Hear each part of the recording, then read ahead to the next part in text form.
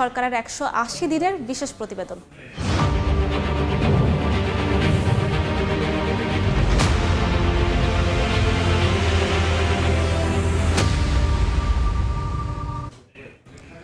নদীমাতৃক বাংলাদেশে অবহেলায় হারিয়েছিল দেশ জুড়ে ছড়িয়ে থাকা অসংখ্য খালবিল। দিনের পর দিন গাছ কাটার নেতিবাচক প্রভাবে প্রকৃতি হয়ে উঠেছিল ধূসর আর বিষাক্ত।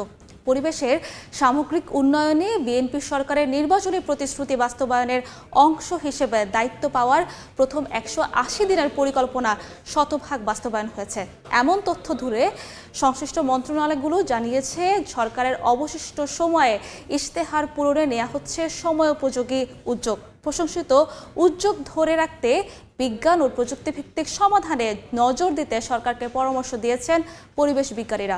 মুসালিন হক জুনায়েদের রিপোর্টে বিস্তারিত। বৈশ্বিক জলবায়ু পরিবর্তনে ক্ষতিগ্রস্ত হওয়ার পাশাপাশি দেশের ভেতরে নদী, খাল, বিল শুকিয়ে যাওয়া আর সবুজ হারিয়ে যাওয়া সব মিলে পরিবেশগত সমস্যা সমাধানে ত্রয়োদশ সংসদ নির্বাচনের ইশতেহারে ৫ বছরে সারা দেশে ২০,০০০ কিলোমিটার খাল খনন বা পুনঃখনন এবং ২৫ কোটি বৃক্ষরোপণের কথা জানায় বিএনপি।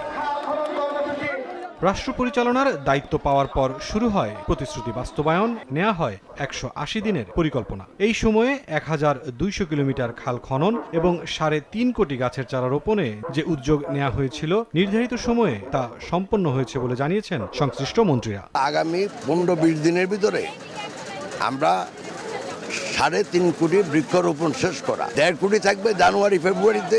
আমাদের যে কমিটমেন্ট ছিল আমরা সেগুলা ম্যাক্সিমামটাই ফুলফিল করেছি। ১২০০ কিলোমিটার খাল খনন কর্মসূচি ইতিমধ্যে সমাপ্ত করেছি। মন্ত্রীরা জানান সরকারের প্রতিশ্রুতি পূরণে ইতিমধ্যেই খাল খননের জন্য নেওয়া হয়েছে নতুন প্রকল্প আর বৃক্ষরোপণের জন্য আসছে নতুন নীতিমালা ও সরকারি উদ্যোগ। আমাদের নতুনভাবে যে প্রকল্প হাতে নেওয়া দরকার সে প্রকল্পটি আমরা যাচাই-বাছাইয়ের ক্ষেত্রে শেষ করেছি। একটাকে যাবে আগামী ৫ বছরের মধ্যে এই ২০,০০০ কিলোমিটার খাল আমরা পুনঃখনন করব। এখন আমরা একটা নতুন নীতিমালা তৈরি করতেছি আগামী বছরের জন্য।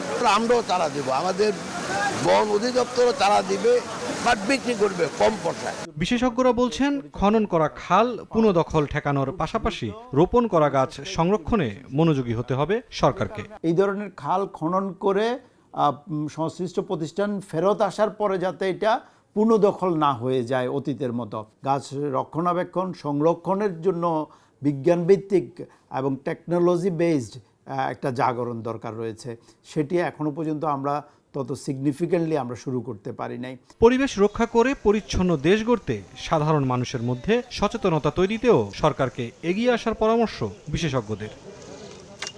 জলাশয় এবং পানি প্রবাহের দখল দূষণ প্রতিরোধের পাশাপাশি পরিবেশ রক্ষায় বনায়নের প্রয়োজনীয়তা ঠাঁই পেয়েছিল সরকারের নির্বাচনী প্রতিশ্রুতিতে।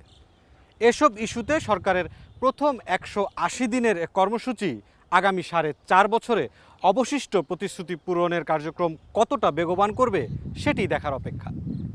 মুরসালিন হক জুনায়েদ, সময় সংবাদ, ঢাকা।